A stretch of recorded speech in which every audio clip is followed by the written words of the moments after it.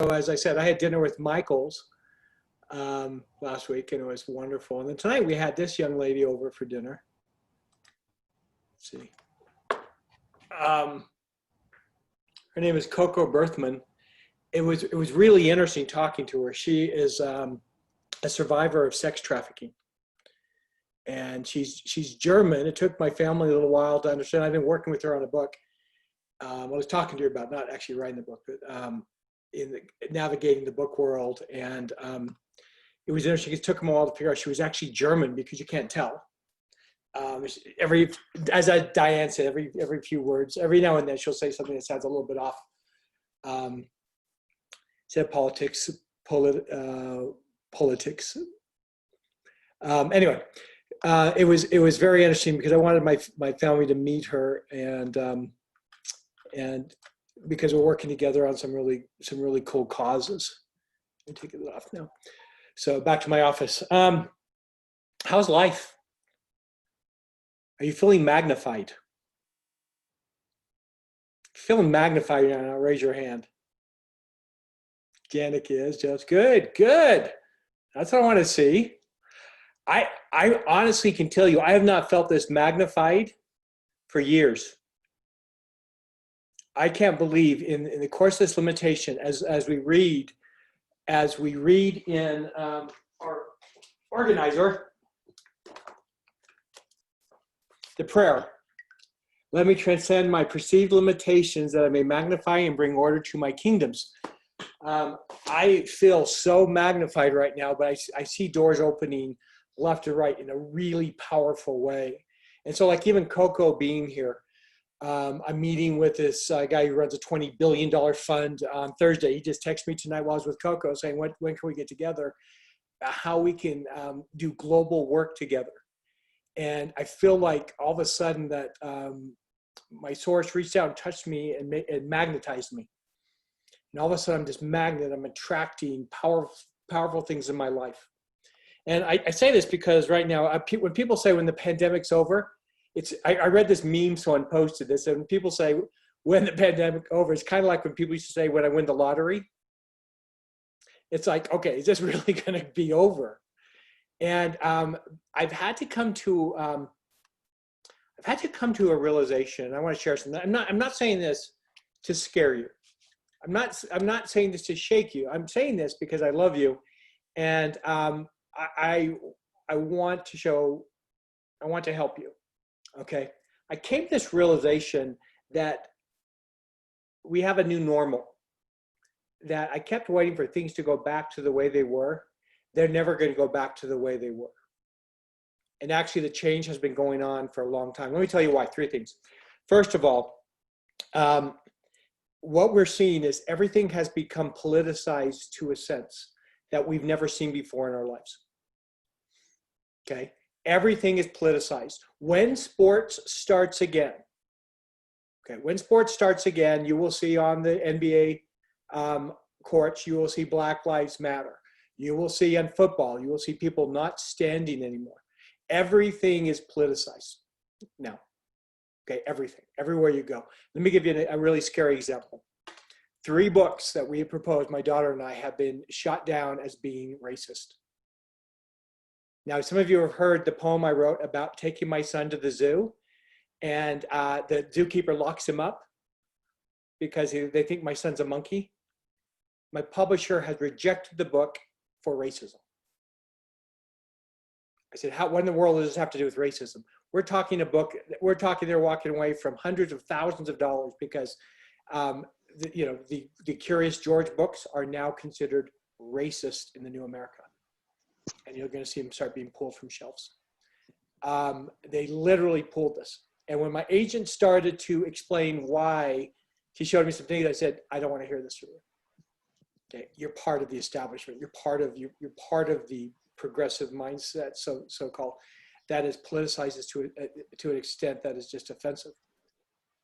The fact that you're thinking of Black people as monkeys, which is what it was, that's offensive. It never crossed my mind. I would say that you are racist. Okay. Everything is being politicized. Everything. Religion is now politicized. Okay, I see fellow authors being pressured to write being pressured to write things in their books that they don't want to. Right? If I don't include a certain population in my book, then I am either racist or homophobic or sexist.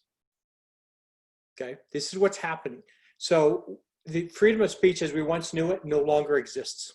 We are seeing things that we feared and talked about. They're being taken away, and I'm seeing it firsthand from a national level, and I'm shocked. Jenna was writing a book about a young woman who is losing her eyesight. She was told she cannot write that book because she is not blind, and that is handicapped insensitivity. Okay, these are the biggest publishers in the world. You need to understand this is what's happening wholesale across the board. Censorship is taking place on a huge level. Okay, that's the first reason. Everything's politicized. It's not going to go away. The second thing is the change in social interaction. I realized that, first of all, it started in part with the Me Too movement. There's a whole front page article based on me, is hugging okay? Now think about this. We live in a world that needs more physical interaction, but is hugging okay? People come to my book signings just to be, for some people, like I remember I asked a woman, do you need a hug? And I hugged her. She said, I haven't been hugged in 7 years. She needed to be loved. She needed to be touched. We know full well that if kids in orphanages aren't touched, they will die. But now we're living in social distance and it's becoming natural. I now just automatically, by habit, so I see someone walk in the store and I step away, right? We have masks to cover our emotions. We don't know if they're smiling. I took my mask down the other day. I said, by the way, I smiled at you. She goes, thank you, to a woman. Okay? So social interaction, as we know, is changing. And the pandemic has added to that. The third, and this may be the biggest concern, or at least one of them, is what's happening with social media. And social media is becoming so contrived. We're seeing people that are leaving. When I was in college, I wanted to be a journalist. And I'll never forget, I arranged an interview to meet the publisher of the Salt Lake Tribune. And I talked to him about journalist integrity. And this is way back when, right? I mean, this is before college, actually. I was in college at 17. So at the time, I was 15 when I interviewed this guy. And he finally got mad at me. He said, just stop this crap. This talk of journalistic integrity, this is a business. We write what makes money. He said that back then.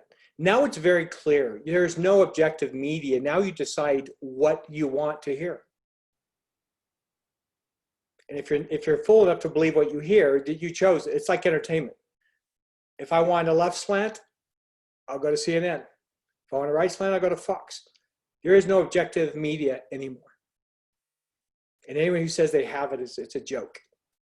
For fun, once I just went through and started to rip apart some magazines and show how they contradict themselves, major magazines like Time magazine, and found how the many ways they can lie.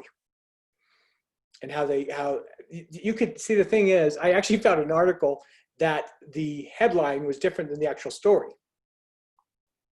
That's a lie in itself, just by changing the headline. You know, let's say, for instance, let's take something with, if you look, for instance, at what's happened in media, say, look at Huffington Post. The staff is 96% female. Okay, what kind of bend do you have? They're all feminists. What kind of bend are you going to have? So there's an article about suicide on the rise in America, especially among women. What does that tell you? At the end of the article, it mentioned that suicide among men was 7 times that of women. That the growth of women was so tiny, but because they were lower, that the percentage they went actually was a higher percentage. They were still 1/7, actually 1/6 of the suicide rate. It's like, this is the most offensive lie, and yet it existed. So those 3 things, we talk about those things: the politicizing of everything, the change in social interaction, the social media control. There's a documentary on Netflix, which is very controversial right now, period, but it's called The Social Dilemma. And they're basically having people from Google and Facebook talk about what they've done to culture and how they've turned it into this cauldron of discontent and how much control they have. And there's something they said that was really powerful. It said, if you do not pay, if you do not pay for a product, you are the product. Okay, let me repeat that. If you do not pay for a product, you are the product. In other words, on Facebook, you're the product, you're the thing being sold. How many here have had an experience where you mentioned something, like my daughter, that you just mentioned something, not even on, didn't type it, didn't write it in. My daughter's walking out of a doctor's office 3 years ago, and the doctor said, you know what, you should probably get something for your stomach. You're getting an ulcer. She opens her phone, there's an ad for Prilosec. Okay, how many have had that experience before? Okay, your phone is listening to you. It's listening to you. Just do a test, just for fun. Man, I wish I could find an old Mustang, a Ford Mustang. Just say it, see what happens. Say it around your phone long enough, see what happens. Or actually get someone, no, you have to get someone who's advertising. So pick something better. Something that a national advertiser on Facebook would have. The point is that these guys are saying, they said, we had no idea we had so much control over culture, and that we had actually talked about actually creating dials for like Zuckerberg, where he could actually just dial it up, so to speak, and say, okay, let's have more discontent over in this country. Let's feed this.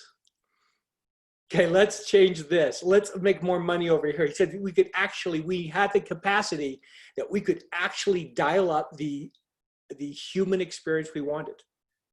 Could they dial up a war? Yeah, they could. And look at the flash mobs and the power of that. Okay, these are things that are not going to change. Okay, so where does that leave us? Well, where it leaves us is right here. We are here in a community. This is a time that more than ever, that we need to be together and that we need to hold together, that we need to create something that we are built together. Like what also means is that, you know, we talk about, well, what do we do? It might seem really scary. The concept of the source is not something I made up to make you feel good. All right, the source exists. The divine source that knows everything exists. It's very real. And I've had those powerful downloads. I have been warned to stay away from things. I have been given very specific warnings at times in my life. I have been warned about my children, and I've intervened at times that saved them from huge mistakes. Okay, the source exists. It's more powerful than Mark Zuckerberg, believe it or not. Okay. This is why it is crucial that at this time, that first of all, that we tie into our source on a very real level. That we seek that connection in a really powerful way right now. And then we use it for the rest of our lives. Okay, someone said to me a couple weeks ago, you're either a protector or a predator. I am. My DNA is protector. I go crazy. I realized this as a young father when a little boy started to push my 3-year-old daughter, and I wanted to throw him in the creek. I realized it was a little bit extreme. And my wife's like, he's a little boy, Rick. It's like, no one messes with my family. It's like, I realized I was a little insane that way. But I also realized in a few cases I've shared with you, times when I've actually been in harm's way, including someone who had broken into my daughter's apartment. It was much larger than I, and I tried to take him out. Not knowing if he had weapons, not knowing anything, didn't matter. Because I'm so grateful that my fight instinct is much stronger than my flight instinct, but mostly when it comes to me. So having said that, I want to be able to protect my kingdom too. And I want to be courageous enough not to focus on me, but to focus on them. And then my kingdom 3 and 4 and 5. And maybe this is why right now I've never felt a stronger call to the work I'm doing with human trafficking. And I told you when I started this call that I feel magnetized. I just heard from this guy, you know, billionaire, just wrote me tonight, want to meet with you. Second meeting, let's move ahead. What are we going to do? We took back my charity. We grew 12% today on Facebook for those who joined. 12% in one day. We grew more in one day than we did in the last 2 years. And we just started. I'm having the most powerful people are just coming to me right now, which tells me something really powerful. What it means is my source is saying, nope, it's not the time to hide. It's a time to engage. You are my family here. I love you. I know all of you. Even Jessica behind that mask. And I care about all of you. And I also need all of you too. I need to have a community that I can trust and care about. I need a community of loved ones and friends more than ever. My K3, and I admit that I am feeling for the first time this really strong sense to isolate. There is something in me pushing me, something very dark pushing me to isolate. Take the money and run. Stay away from people. They can't be trusted. And it's easy when I look at some of the betrayals I've been through and some of the hurt I've been through in the last few years, some of those painful experiences of my life. And this is the worst thing I could do, to isolate. And that's true for you too. We need each other. And as you know, I'll always be completely honest with you. I told you that we're making these big changes with Kingdom Organizer Community, and all of our funding disappeared. All of it. And I'm taking this as, all right, if that's not the way it's going, then I'm going to sell this like my books and sell the heck out of them. Because I was on a meeting that had 42 people, more than this, and they were excited about the Kingdom Organizer, and not a single one joined when they found out it was MLM. Not one. And that just tells me, do we know that there's millions of people who need the organizer? Yes. Also, I want to say to you, if you are not living your life by the organizer, if you are not following it, you are missing out big time. Okay? I still catch myself. I've made a new goal, a new habit that I'm going to contact every one of my children every single day. Okay? This is a time they need more of their dad, not less. Okay? How can I manage that? How can I see that? I use it through the organizer. If I don't do it, my life just goes by like a river. I know that there are hundreds of thousands of people that need this right now, whose lives, I know there are millions of people whose life will benefit from this. And this is what I want to do. Benjamin Hardy, again, we're working ahead. We're about to go into negotiations over a 5 Kingdoms book. We have powerful things coming this way. Great things are happening. I don't know if you saw that. Netflix released that they are producing a feature film of my Noel Diary book. That's a big deal.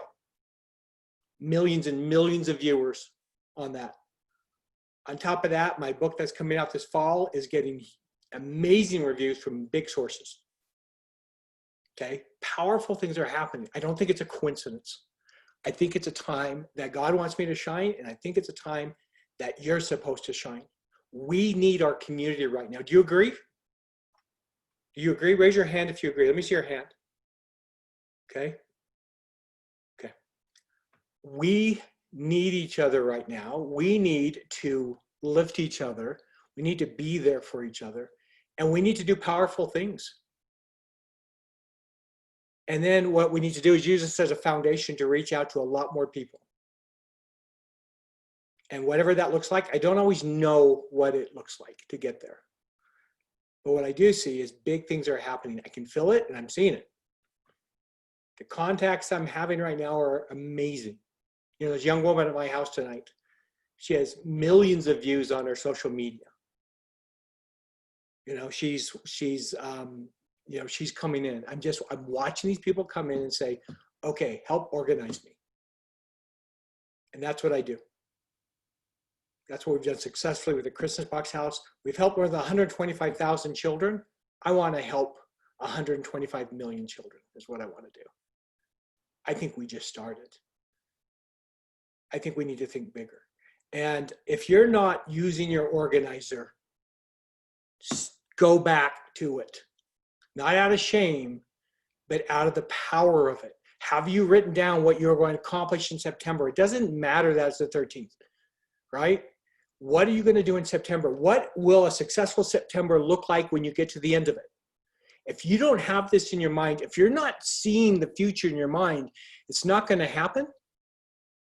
And you're going to be just running on that treadmill. Okay? There's some really cool opportunities out there. What are they? Write them down. Live big. Believe in it. Your source can take simple me and simple you and make great things. Okay? I know this. I know this. So and Joseph, thank you for raising your hand. I'll go ahead and call. Let me say this one thing. I want to hear from you tonight what you want most of all from this community, what you want and expect from me, and what we can do as we build this. We have a great attendance tonight. I mean, 35 people is not bad on a Sunday night. It's great to see you. We're not diminishing. But we can do 1,000 times this. So what do you need to hear? What do we need to be? How do you need to contribute? How do you need to be involved? So Joseph, go ahead. Oh, there we go. I have to unmute. So a couple things that I was thinking. Number one, I'd mentioned before, if you want to sit down and talk about like different ways to kind of frame the organizer to help get a lot more people, then, I'm happy to do that for you and give you some ideas that I think could really work. But the other thing that was coming to my mind is I recently, so I'm back at my sister's house here in Kansas City, and I've been here for the past 3 weeks. And so we got them this guitar game. It's called Rocksmith, but it's like Guitar Hero, but you play an actual guitar. And then when we were looking at this for them, because I've had it for like 8 years, we came across this video of this little girl in Japan, like hardly any resources whatsoever. Her dad bought it for her 8 years ago, and she was 8. And she just started practicing 30 minutes a day. It's been 8 years, and now she can play some of the hardest songs on guitar, and she's like 16 years old. And as I was watching that, like, it was interesting because it went from a point of, oh, that could work, to, oh, that worked for that person. And then I committed to start doing 20 minutes of guitar a day. And I've already noticeably seen the difference. And the cool part about that is, like, you commit to that. And then if you feel like playing more, like, it's okay. But you don't feel like overburdened by all these commitments. It's that small and simple things are great things brought to pass mentality. And like just start to do a little bit every single day. So, doing the organizer, and I've been terrible at it because I've basically helping my sister take care of all her kids and stuff while I'm here. But it's that every single day thing. Every single day we just kind of keep moving forward, just a little bit. And then all of a sudden we hit, what Malcolm Gladwell calls the tipping point. And it's like, oh, cool. But we can't see the vision of what we want it to be. And so we don't even start. Because we think like all these visions have to start with these grand, massive steps. But if we just start with the small things, then we're going to get where we want to be. Joseph, I'd take it to the next step and say there are no big things. Yeah. There are only compilations of small things. I used to, when I would talk in Mormon churches, and I would say, look, I want to put something in perspective for you. If you read 10 pages a day, who here can read 10 pages a day? In 10 pages a day, you can read the Book of Mormon, the Old Testament, the New Testament, the Pearl of Great Price, the Doctrine and Covenants, and the complete works of William Shakespeare in 1 year. Think about that in that context. That's just 10 pages a day. You realize how they add up, and add whatever books you want there. And all of a sudden you can read more than most people read in their lifetime at 10 pages a day. It's a compilation of small things. And that is the power of the organizer. That's how we keep that together. We look at the big goal, the big picture, and we start to invent the future. I had this really cool idea as we take over Christmas Box House. It hit me today. Well, why don't we do silver coins with the Christmas Box House logo on it? Doesn't that sound fun, Diane? It's like they would sell like crazy. The thing is, to be interesting, because right now we're seeing the precious metals are going through the roof. And I think we have one last little stopping point before they go up. Silver's at a 5-year high right now. Anyone who bought it back when I told them to was really happy. But I think we're going to see levels we've never seen before. I don't know that, but it makes sense to me. So I was like, well, so it just hit me, well, let's make Christmas box house. Let's make them freedom coins, like anti-trafficking coins. I have a guy that owns one of the biggest companies that's one of my friends, if you want his information. What's the company? Nimble Arts. Oh, yeah, they're a little expensive. Okay. But we work, thank you. Yeah, actually, there are some stuff I've done some stuff with them. But actually working directly with mints. I own a bar of silver that it actually grew in my desk. It's so big, it weighs 80 pounds that we bought. It's like, okay, start to bring that in and start selling it to save trafficked children. There's some really cool things we can do. But these ideas, when I capture them and find them, it's amazing what I've been able to accomplish using my organizer. And I realize that I've gotten way too deep, way over my head and all the things. I'm running 6 businesses and it's ridiculous. Isn't it, Michael? We were talking about this at dinner. But what's happening now is I'm consolidating them and pressing out the great parts of all of them. And something really beautiful is happening. And the other thing I'm finding is I'm finding these wonderful people I've met, these friends I've made, have some remarkable talents and some remarkable desires and remarkable hearts that we can pull together. So what else do you need as a community? What do we need? What do you need to hear from me? What do we need to be focusing on to take us to the next level and to keep us safe and strong during this time? Janica. I feel like it's time for us to start meeting together in person again. I think the small groups are totally reasonable and much needed.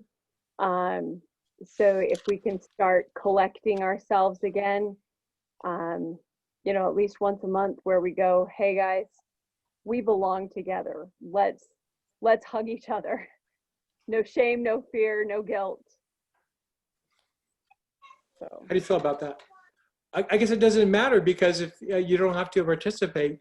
Janica, I went to church today, and it's a large church, and there were probably 600 people there, and everyone kept chairs between them, and right. But I can't tell you how good it felt to go back to church and to see friends and wave and to feel that love again, and how hungry I was for it. I think it's a great idea, Janica. Thank you. And let's do it. Okay, Jessica. Yes. So I think the topic that you've gotten on is very interesting. I've been teaching self-defense classes for 19 years. And since COVID and stuff has started up, I felt prompted to focus a lot more of my stuff on abduction prevention. And I've really I really wanted to get into the whole human trafficking movement, but I really feel that my portion of doing that is to ensure that people don't find themselves in those positions to begin with. And so I'm teaching abduction prevention classes basically at cost. I'm almost volunteering my time to teach abduction prevention to kids between the ages of 5 and 11. And I'm going to be doing a series of self-defense camps for mothers where we teach situational awareness and abduction prevention and all that different kind of stuff for women to be able to be more aware of their surroundings and all of the things, so much that goes involved to be able to avoid being a victim to begin with, and helping people find resources to recover when they have been victims of things. I was abducted when I was 17, and it was a really scary situation, but I learned a whole lot from it as to how to make sure not to be in a situation like that again. And so like I said, I've been doing this for a really long time, and I kind of disappeared off the face of the earth and focused on my family when all this COVID stuff started. But I'm trying to get back into the swing of things, and I'm just trying to make people aware of what I'm doing. I am the only instructor in the state of Utah that teaches this, and I am the only female instructor within the whole Northwest area. There's people who teach Cobra defense systems and things like that in like southern Colorado and northern Wyoming. But when it comes to Wyoming, Idaho, Utah, and northern Colorado, I'm the only instructor. Have you considered creating an online course? Yeah, we do have online courses. Okay. But there's a series of online courses, and we can do online classes. But the big thing that we do that you cannot do with an online course that we do in our classes is we do scenario training.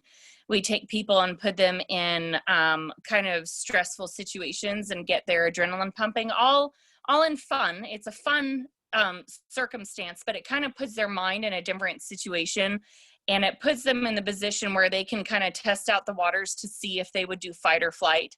And they get to actually practice using the moves that we've taught them. And they get to practice using their voice, because especially for children, the most powerful thing that they can use in an abduction scenario is using their voice to be able to get help.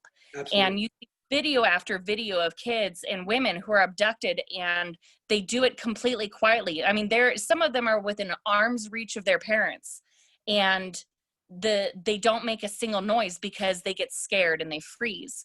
And so we take people and we put them through these scenarios, and they get to see if they would freeze or not. And they get to practice actually using their voice. And I would say probably 90% of the kids that I teach, I have to really coach and really, really work with to get them to use their voice and scream for help when they're in situations. We'll do scenario training. Jessica, go ahead and email me about this. I want to talk to you about this. Okay. It's interesting. The actual, talking to Coco tonight, it's like the actual abduction rate is actually, it's, first of all, prevention is the way.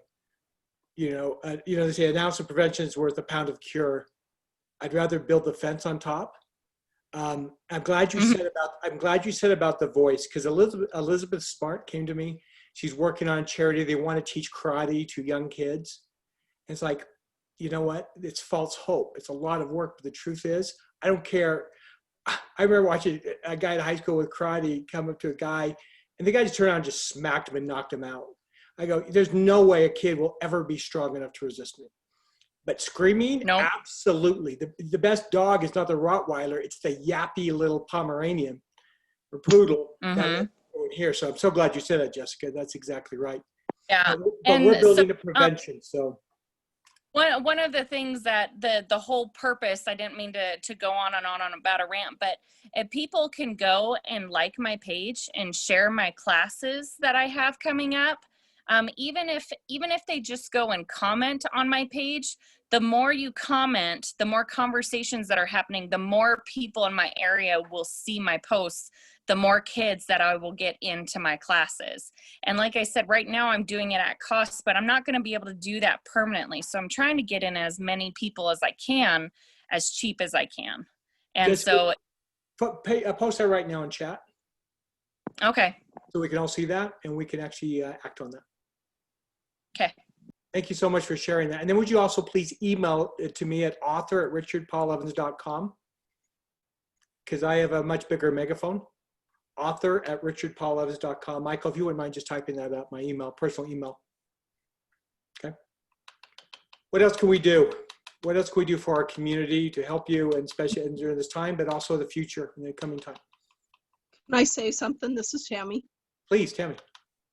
I just wanted to say, not quite a month ago, you were talking about living large and what would really make us happy. And it changed my mindset.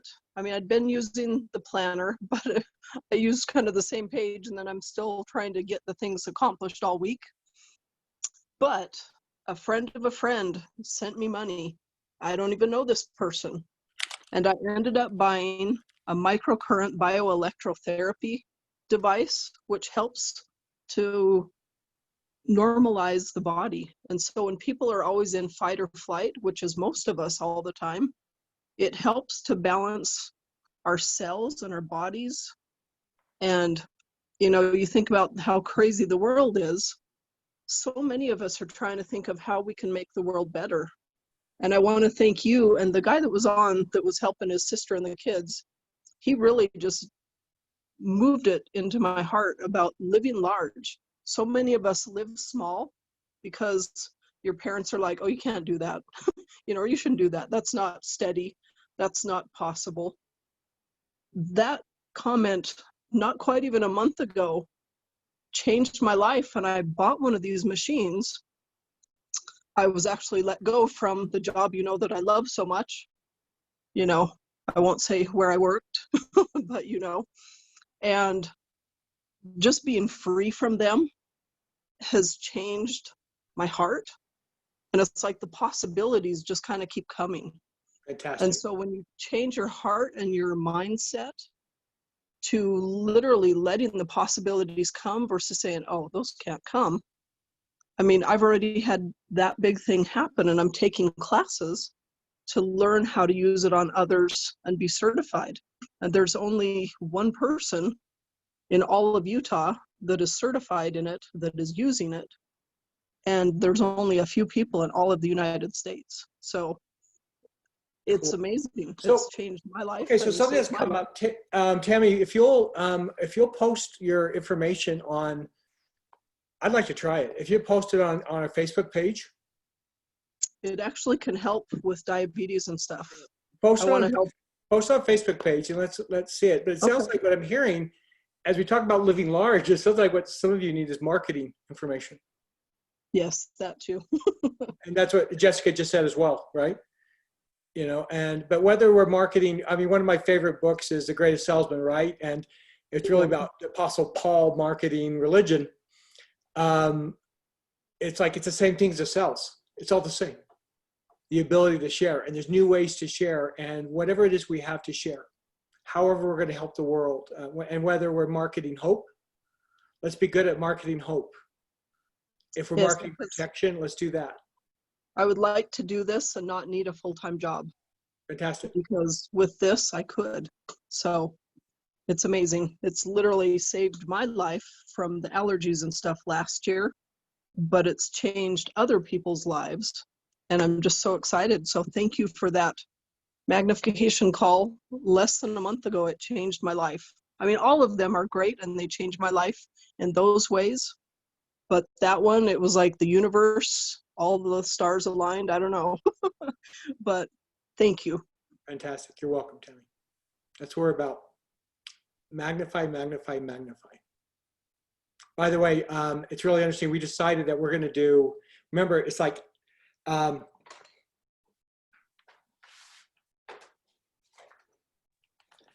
let me transcend my perceived limitations that I may magnify and bring order to my kingdoms, right? Well, we can't have our Let's Do a Holiday Lunch, our big fundraiser for the Christmas Box House. Okay, no one wants to, we're not able to have these big galas. So we decided to go online. Well, we now discover it's like, wait a second. One of our, another charity here just did it and raised 6 times more money than we did in our last event. So we started reaching out and we're having amazing impact. So we just got a major actress, a huge actress, who is great to MC this. It's like, we're talking international level.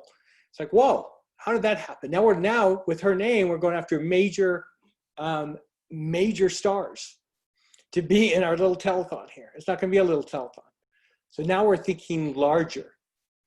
It's something I learned once when I talk about magnification. I was with Senator Bennett and Mike Tolis, who's been with Kingdom Organizer, and we were on a private plane. We flew up to Logan to look at a hotel they owned. And I was with these investors. And they walked through and it's like, yeah, this is great, this is great. And I said, so on the plane, on the way back, I go, you gonna do it? And he goes, no. And I go, well, why? You said it was great. He goes, it is great. He goes, the thing is, I can run a 1,000-room hotel with the same amount of work as running a 50-room hotel. It's just a matter of thinking bigger. It's the same thing. And those of you who are Star Wars fans, they remember when Yoda raises the ship from the water, and Luke had just said to him, it's like, you know, it's like stones, moving stones. It's a difference of moving the ship, right? And he goes, no, there is no big. It's all in your mind. If you've ever wondered how people do big things, it really is a matter of faith, of moving the level. I remember hearing a friend of mine was doing these seminars or at conferences around the country. It terrified me. I was afraid to get on a plane. That was 3 million miles ago, right? And now it's like, it's almost, that's, the stuff he's doing is actually boring to me. It was terrifying to me. And now it's like at a boring level. It's like, oh, it's in the brain, it's in the mind. So thinking big, it's no difference whether you're lifting a stone or lifting an X-Wing fighter, right? Yoda was right. It's a matter of, it's the difference is in your head. And so that's why I talk about thinking big. It's like, I get you just think bigger. So yeah, so for some of you, you're going to say, really? You started a charity that's helped 125,000 children. That's enough to fill Madison Square Garden 6 times. That's a lot of kids, right? And now I'm at the point where it's like, I'm not thinking big enough. Because there are tens of millions of children who need my love. And it's just a matter of taking that leap. So where do you need to take that leap in your life? And then do you have that same faith that we're looking at our 37 people here and saying, well, how big do we want to be? Do we want 37,000 people on this call? Why not? You know, how big does our community need to be? And how do we build this? One of the things I'm thinking of doing is we've built these tribes, Tribe of Queens and Tribe of Kings, and they've never gone viral. Well, something interesting has come to me recently, and that is one of these groups is called Adaptive Ops that I'm working with. They're the ones that go in and kick in doors. You know, they look pretty badass. They look cool. They're dressed in black and wear guns and boots, and they go in scary places and save kids. Anyway, they've come to me to help organize them and lift them up. And we looked at it, it's like, well, why don't we create this group? Why don't we create teams, units that go out and save kids and do search and rescue and all this? And that's what he does. He trains. And it's like, I mean, how many of you would be interested in that? I mean, I know some of you aren't in the place that you really should be kicking in doors and saving, but what I found is we put it out there, there's a lot of people who do. And one thing that's important about that as well is that go ahead. I'd be interested in something that helps lift people up, because I know for sure I do a lot of studying and research and viewing of some of the most horrific things that happen to kids so that I can make sure that we avoid it happening again, you know, so that nobody else ends up in there. And I really have there's times that I can't sleep. There's times that I'll spend hours crying because of the things that I've seen, and I can't unsee them, and I don't know how to process it. And I really struggle with that.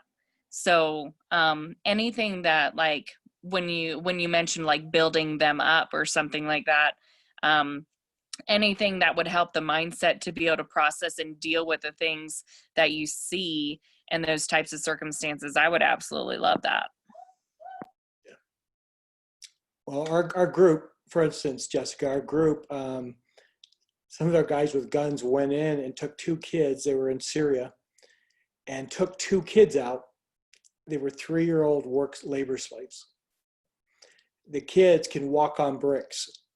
And I'm thinking of my little 4-year-old who's the size of a 3-year-old, Nora. Imagine her in the hot sun carrying bricks and laying bricks out on the ground. That's what these kids were doing. And because they don't weigh much, they can walk on their bricks. Our guys walked in armed, grabbed the kids under their arms and walked away.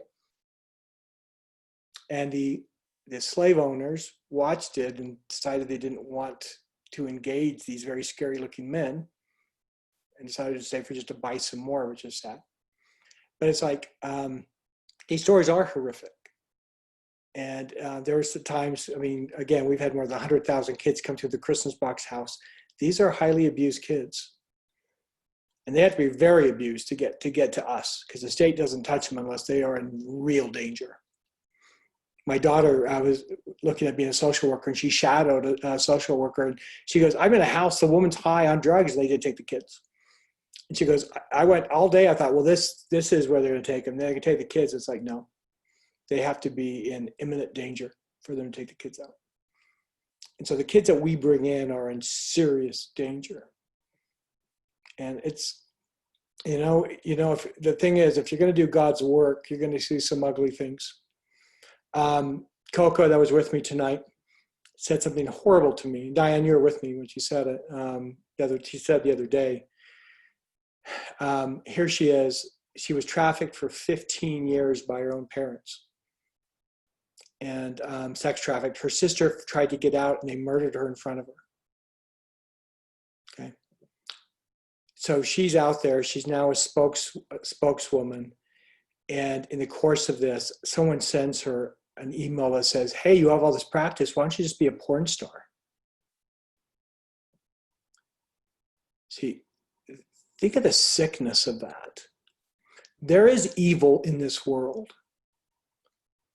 All right, this does exist, but turning away from it doesn't solve it. That's why it's so important that when you're looking at darkness, remember, darkness exists where? It's out there in the fifth kingdom. That's why it's so important that when you observe these things, you do so with your first kingdom, in your first kingdom, with your source. It's vital that you are in that place. Otherwise, Jessica, it's like you said, psychologically, it's too much. And it makes us want to isolate. And there are times I've left meetings and cried, just thought, this is hopeless. It's not fair that some evil person can do damage in 10 minutes that will take me 10 years to try to fix. It's how do you win against those odds? Last week I saw images that like I had imagined things that would happen to some of these people. And last week I got exposed to pictures and videos of stuff that was so horrific that my imagination couldn't even make up what I saw. Yeah. It was beyond how horrible I could imagine. And I just, it screwed with me for days. And yeah, I saw somebody put on there that they did it, clearings and stuff. I worked with quite a few different people, quite a few different times doing different clearings and doing a lot of praying. And one of the things that I came to the conclusion of is I need to start forking my money towards other people who can deal with this better and kind of start putting my stuff towards more prevention. Yeah, you're absolutely right. No, but prevention is the right answer. Prevention and aftercare. Christmas Box House has been helping trafficked children for 20 plus years. And it's not the sexy kick in the door, pull them out. It's much more important. And it's much more difficult. Because the reality is of those kids, when they go in and kick the doors and bring them out, most of them go back 7 times. And so if you look at the amount of money that goes into, if you don't get them into school, if you don't get them into a place, that's what we do. If you don't get them into care, it's not the right thing. It's like you're not doing much good, and it's very expensive. So even some of these guys who are kicking in doors have come to me and said, okay, we need a place to catch them. And that's what we're creating. But that's what we've already been doing. But prevention is vital. It was interesting. My nephew came up for dinner. Carrie made an awesome pasta dinner tonight. And my nephew, I see him once every 5 years. He showed up. And he said, well, it's a good thing trafficking doesn't exist in America. And here Coco is sitting next to me. It's like, what? And he goes, well, it doesn't happen in Utah. And I said, you know, the last girl we brought was from St. George, David. He lives in St. George. That's where his parents live. It's like the last girl was St. George. He goes, St. George? I go, it's a hotbed, buddy. I go, you have no idea what's going on around you. And the biggest thing, like Coco said, she goes, I didn't even know I was trafficked. I just thought all parents sold their kids to other men to have sex. I didn't know. That was my world. Kind of like when I wrote Diane's story about she didn't know she had an abusive father until all of a sudden it's like, what? He did what? He would be in jail. She's like, he would? Yeah. Because when you're raised in the asylum, the crazy people look normal. So we just have to be more clever than them. My idea is to reach kids. What if we had Michael Vey? What if we did a Michael Vey comic book and Michael Vey showed them what's normal? Okay, the kids read it. It's like, know how she found out it wasn't right? Watching Gilmore Girls. She goes, they don't sell their kids on Gilmore Girls. I thought it was so weird. She goes, that was her first sense that something was wrong in her family because they weren't selling their kids off. Okay. Well, is there anything you would like me to talk about specifically in the weeks ahead? And you know, I know I just dropped that on you. So if there's something you want me to ponder and think on, share, I would love to do. I'd love to see some of your ideas we'd like to talk about. And Tony Fowler, thank you for sharing. Let's talk. And I know you're doing this work, some amazing work about work with PTSD, and I'd like to test it. We test everything.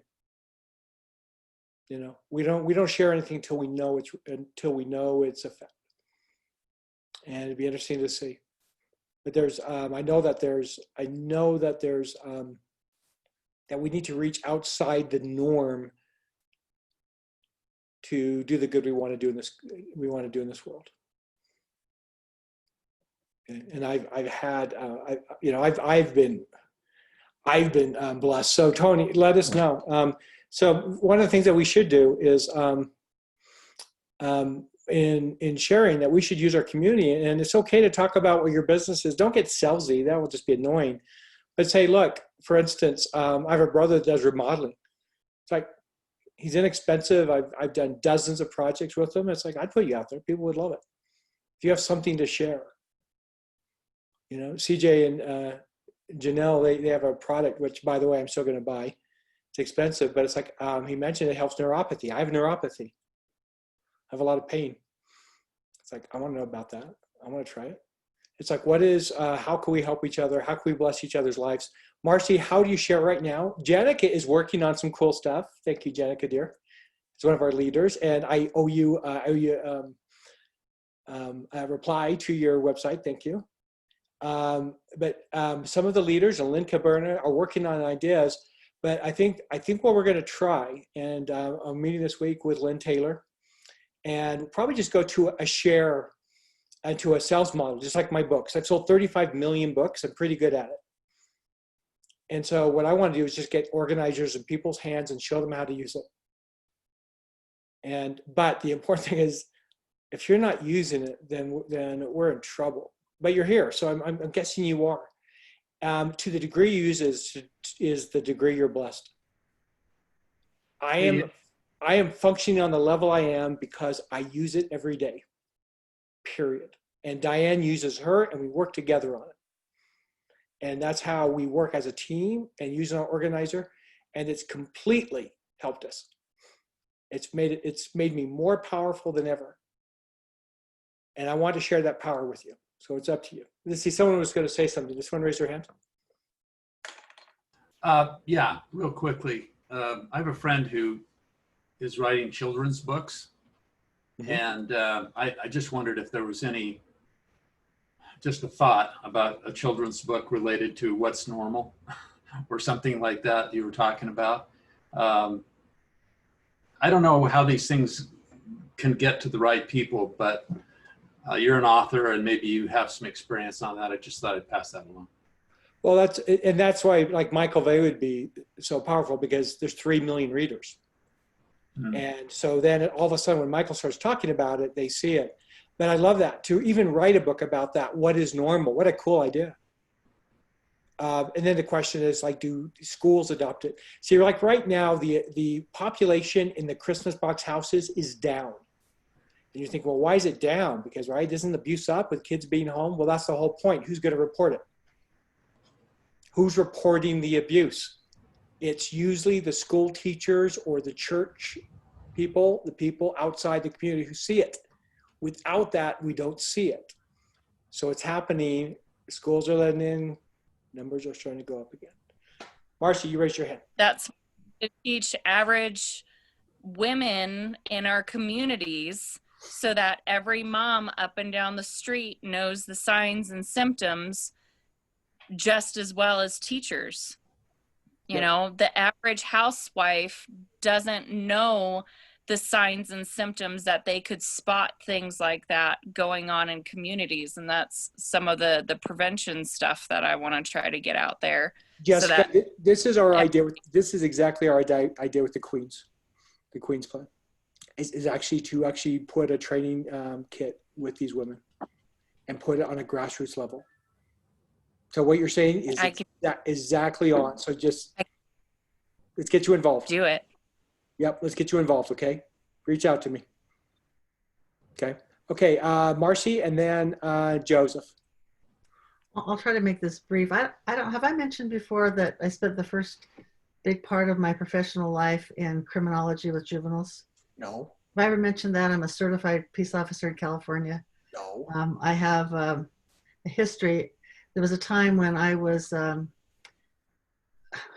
worked with juveniles, and it brought to mind a case. I've sat with juveniles who have been picked up off the streets by the police in California, and maybe are 10 or 11 years old, and they've already been out being trafficked for 3 or 4 years, and looked at these little girls that have the baby fat still on their legs and in the short shorts, and had been, and the predator had been getting, one comes to mind especially because there are two things that converge. One, her family didn't know where she was for 3 or 4 years, and finally, because this police officer, every time she would get picked up on the streets of San Diego, she would go back to her older predator, who would say, she'd say was her father, and he would, get after her and talk his way out of having any further consequences, because it was believable.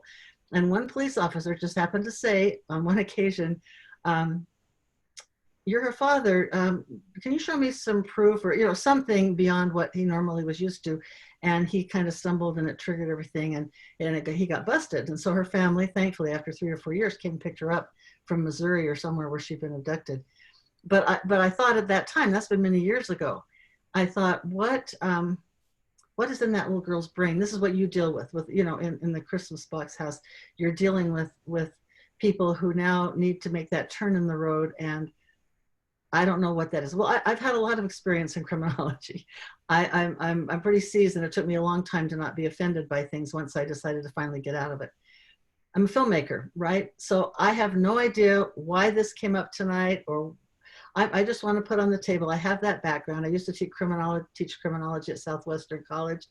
I understand the whole criminal side of things. I also understand the victim side, having worked in probation and parole with juveniles, and I'm a filmmaker. So if there's something I can do to help, I don't know. I'm just putting that on the table. I could have sent you a private message. Maybe that would have been more appropriate. No, this is cool. Ask your source, and look at what we're doing. Just follow. Get on Christmas Box House. Follow as we move forward. And when you see your place where you can sit in and contribute and do it, and we'll magnify it. Thank you. The billionaire that I'm meeting with, he just funded a $20 million movie with Timothy Ballard. And I'm not going to say anything. I have my own feelings about what's going on there. And, but he, that was his point to me. He said something which you've heard me say in my writers' conferences. He says, the reason the Civil War was fought was because of Harriet Beecher Stowe's book, Uncle Tom's Cabin. It's the cultural things. That's the power of filmmaking. Schindler's List so impacted me that I would never be the same person after watching that, the power of that.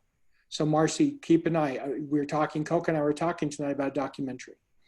Well, even more personal than that, I'm wondering if there should be some kind of program for these children who have been abused, and they come in, and some sort of a private capturing of their thoughts and where they are at that moment, that's never to be shared public, but from that springboards questions and things that you can track progress, that somehow, almost like a personal or oral history, that helps track what is so easily forgotten. It's hard to write all that down because you don't capture the expressions on their faces and the growth that they make. Something along those lines also came to my mind. So anyway, thank you for listening.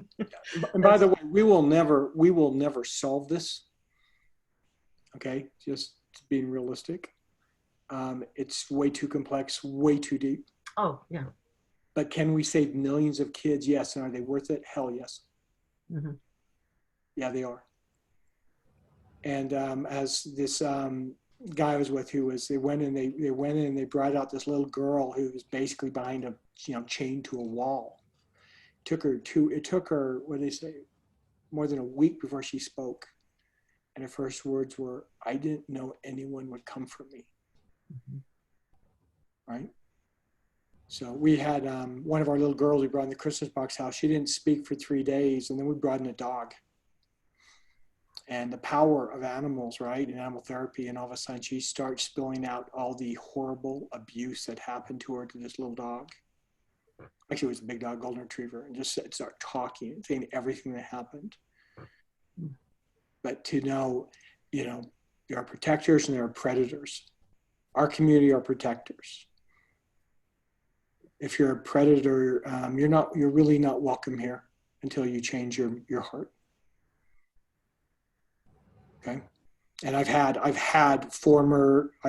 people come to me who told me on the side, it's like, I just got out of prison and I've had a problem. It's like, you've done your time.